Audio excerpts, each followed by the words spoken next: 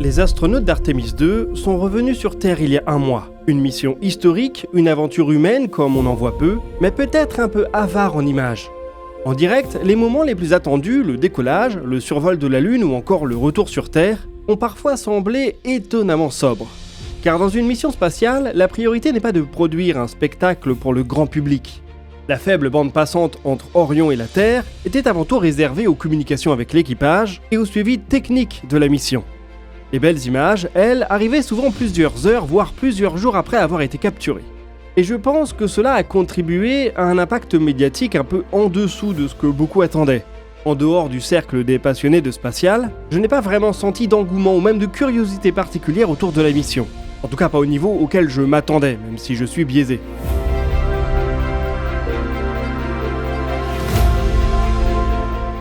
À une époque où l'image est partout et immédiate, ce manque de visuel spectaculaire a peut-être joué. Mais il n'est pas trop tard pour rattraper cela. La NASA a récupéré Orion et ses passagers, et l'agence n'a plus les mêmes contraintes de transmission de données. Il y a quelques jours, elle a ainsi publié près de 12 000 clichés pris tout au long de la mission. L'occasion parfaite de replonger en détail dans ces 10 jours qui ont repoussé un peu plus loin les limites de l'exploration humaine.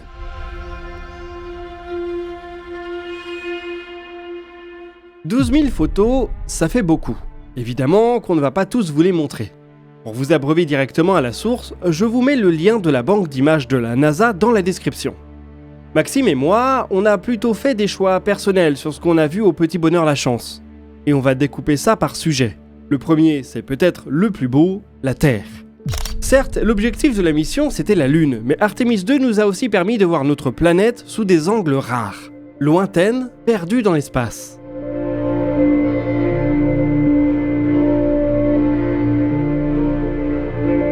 On peut ainsi remonter des séries de clichés qui la montrent de plus en plus petite, parfois éclairée de plein feu, parfois ne montrant qu'un croissant à peine visible.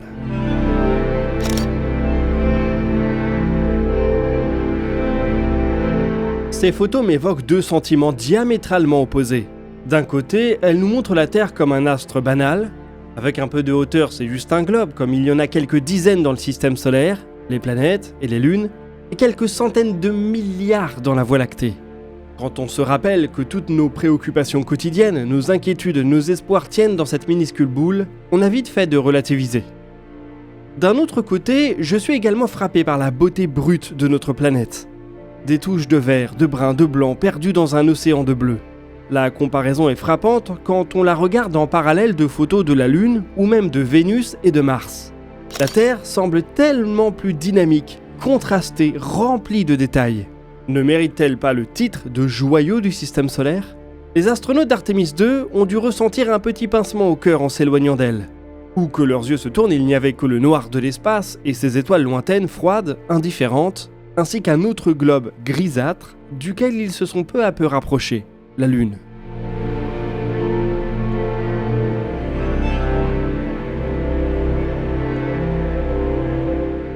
Et c'est bien sûr le sujet principal de la bibliothèque d'images que vient de publier la NASA. Notre satellite y apparaît dans toute sa familiarité et toute son étrangeté. Des photos prises proches de la Terre au début ou en fin de mission la font apparaître telle qu'on la connaît si bien. On a presque l'impression que ces clichés auraient pu être pris depuis un jardin avec un smartphone. Seulement, l'équipage d'Artemis 2 s'est approché de très près de notre satellite. Et plus on se rapproche, plus le familier devient au contraire déroutant. C'est là qu'on se rend compte que la Lune, on ne la connaît tous que de loin.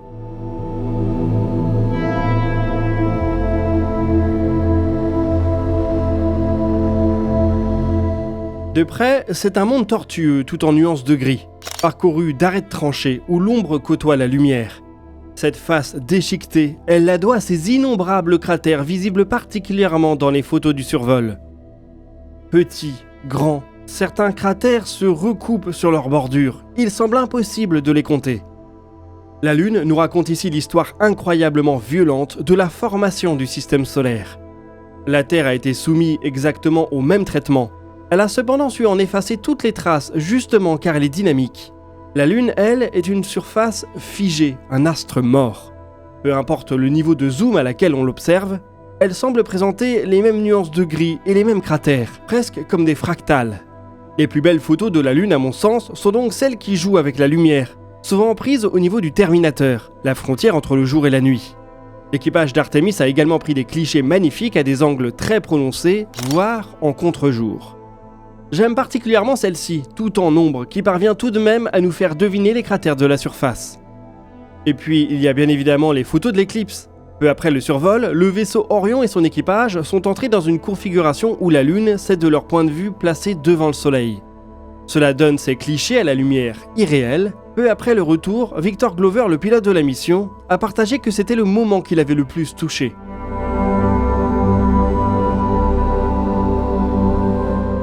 Beaucoup de photos de la mission prennent ensemble nos deux premiers sujets, la Terre et la Lune. Ces portraits en tandem font d'ailleurs partie de mes préférés.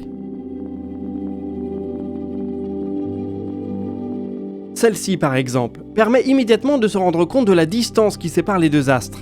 384 000 km. C'est plus d'une seconde à la vitesse de la lumière.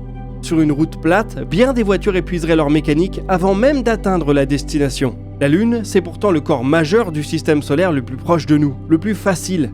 Les astres suivants, Vénus et Mars, représentent des destinations beaucoup plus lointaines encore. D'autres angles et d'autres focales nous donnent cependant l'illusion d'une proximité beaucoup plus importante.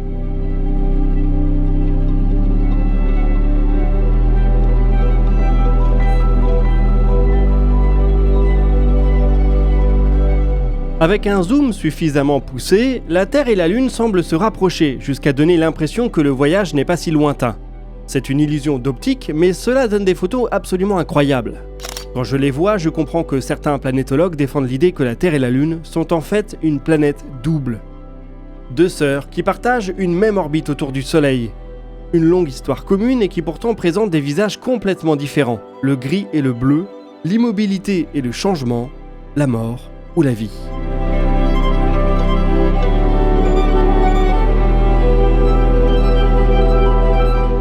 Ces photos sont par ailleurs un excellent rappel des limites qu'il faut appliquer au concept de zone habitable. Un outil théorique qui permet d'estimer si une planète a une chance d'abriter la vie, en fonction de sa distance à son étoile. La Terre et la Lune sont toutes les deux en plein dans la zone habitable du Soleil. En moyenne, elles sont exactement à la même distance et reçoivent donc la même quantité de rayonnement. Et pourtant, en un coup d'œil, sur les portraits doubles d'Artemis II, on peut saisir immédiatement que cette seule métrique peut aboutir à des résultats diamétralement opposés.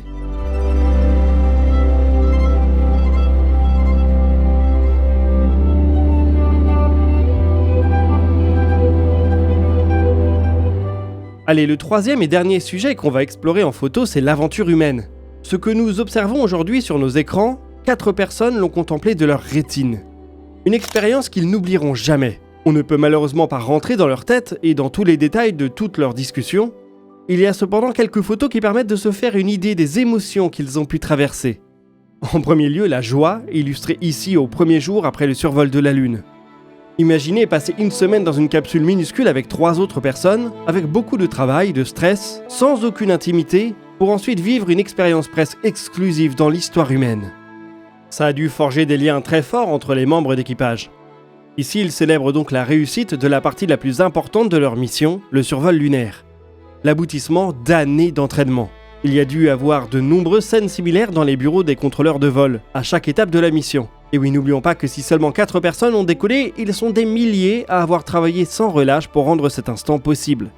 Pendant leurs 10 jours de solitude, nos 4 membres d'équipage se sont également abandonnés à la contemplation. On a quelques photos de la Terre et de la Lune, où les fenêtres d'Orion sont visibles. Ces dernières permettent de s'en rendre compte plus précisément de l'expérience qu'ils ont vécue. Qu'est-ce qu'ils ont réellement vu depuis les fenêtres du vaisseau, sans les artifices d'un téléobjectif. Il y a dans ces images des couches empilées comme des frontières. L'artificialité brute de la capsule, toute faite d'acier et de verre, le vide profond de l'espace, puis la Terre déjà lointaine. Ces 3 mondes complètement différents qui se superposent en une seule prise.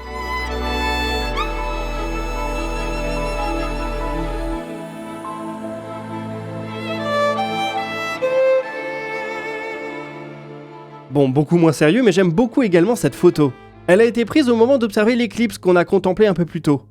Le matériel spatial coûte très cher, le moindre stylo a demandé des centaines de milliers de dollars de R&D pour fonctionner en 0G.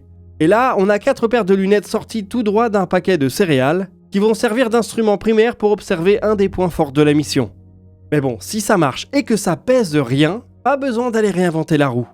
Ces lunettes donnent cependant à la photo un côté barbecue en famille dans une journée d'éclipse partielle. Alors voilà, on n'a pas pu tout vous montrer, et beaucoup des 12 000 photos publiées sont quasiment identiques, le même sujet au même moment avec un angle légèrement différent. Je me demande si la NASA ou des maisons de production sont en train de récupérer toutes ces images, et peut-être même les vidéos, pour nous faire un documentaire vraiment léché, avec les commentaires des 4 astronautes et des directeurs de vol. Je suis certain qu'on serait nombreux à vouloir voir ça. Bref, voilà qui boucle ce dossier de l'espace. Je vous invite à partager vos questions et vos remarques dans les commentaires, nous y répondrons dans une prochaine vidéo. Vous pouvez consulter la description pour retrouver nos sources et la galerie de photos. Quant à nous, on se donne rendez-vous la semaine prochaine pour un nouveau DNDE, et d'ici là, citoyennes, citoyens, portez-vous bien.